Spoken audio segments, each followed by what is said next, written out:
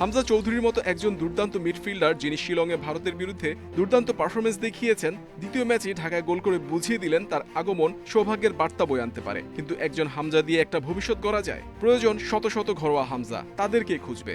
তৃণমূল থেকে ফুটবলার অন্বেষণ হয় না, কোচরা অবহেলিত, বঞ্চিত রেফারিরা। পারিশ্রমিকের জন্য ধর্মঘট হয় নিয়মিত, সেখানে বাফুফের পুরো মনোযোগ জাতীয় দল নিয়ে, যেন উপরের ঝলমল বাতি জ্বালিয়ে নিচের ভাঙাঘর আড়ালের চেষ্টা।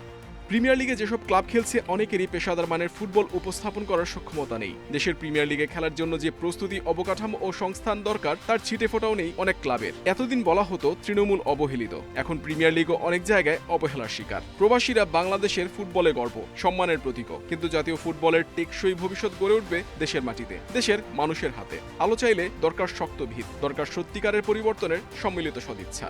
বাংলাদেশ ফুটবলের সম্ভাবনা বিশাল, হামজারা সেই সম্ভাবনার ঝলক দেখিয়েছেন মাত্র। কিন্তু যদি ভিত শক্ত না হয় তাহলে এই আলো হবে সাময়িক, আরেকটি ভেসে যাওয়া বিস্ময়। ফুটবলের ভবিষ্যৎ গড়ে উঠবে মাঠে, প্রক্রিয়ায়, কাঠামোতে, স্ট্যাটাস আর সেলফিতে নয়।